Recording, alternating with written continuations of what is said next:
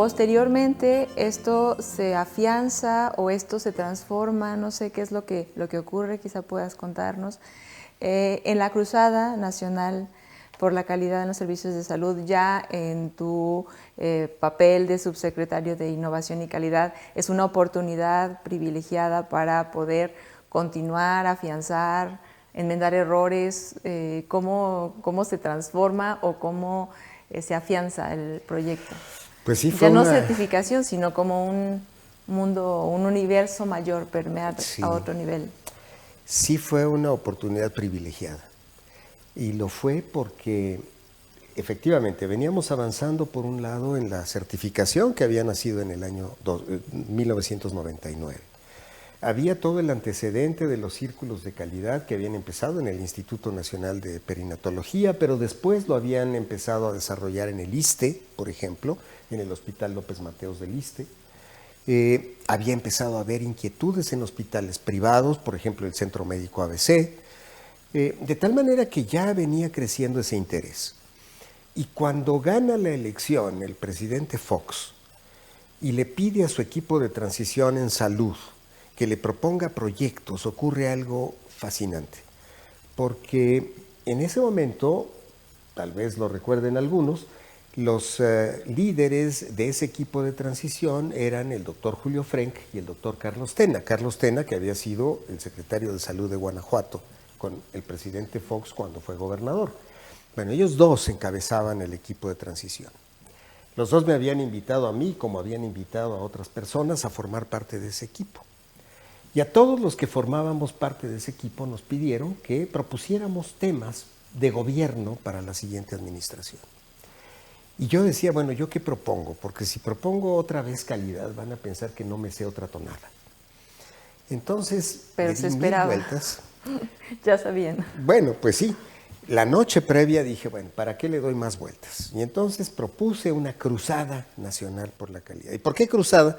Porque yo daba muchas conferencias, como hasta la fecha, sobre el tema. Y cada vez que concluía mis conferencias, invitaba a la audiencia a sumarse a la cruzada por la calidad. Dije, bueno, pues ahora es la oportunidad de hacer que esto sea una verdadera cruzada. Y al mismo tiempo se da otro fenómeno, y es que entre 1997 y 99, Qualimed había ganado la licitación para asesorar a la Secretaría de Salud Federal en el desarrollo de su programa de mejora continua de la calidad. Entonces conocíamos perfectamente lo que estaba haciendo la Secretaría de Salud.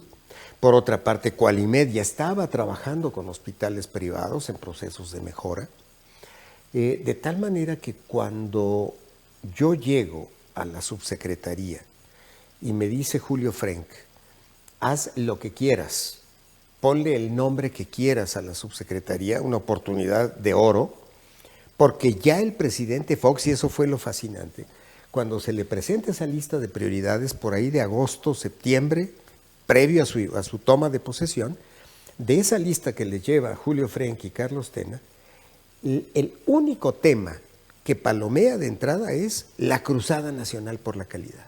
Entonces sabíamos que esa era la prioridad del presidente en ese momento, lo cual era una prioridad también para los mexicanos, porque habíamos hecho encuestas de satisfacción desde la Fundación Mexicana para la Salud, habíamos evaluado los servicios de salud en el proyecto de asesoría a la Secretaría, o sea, teníamos todos los elementos.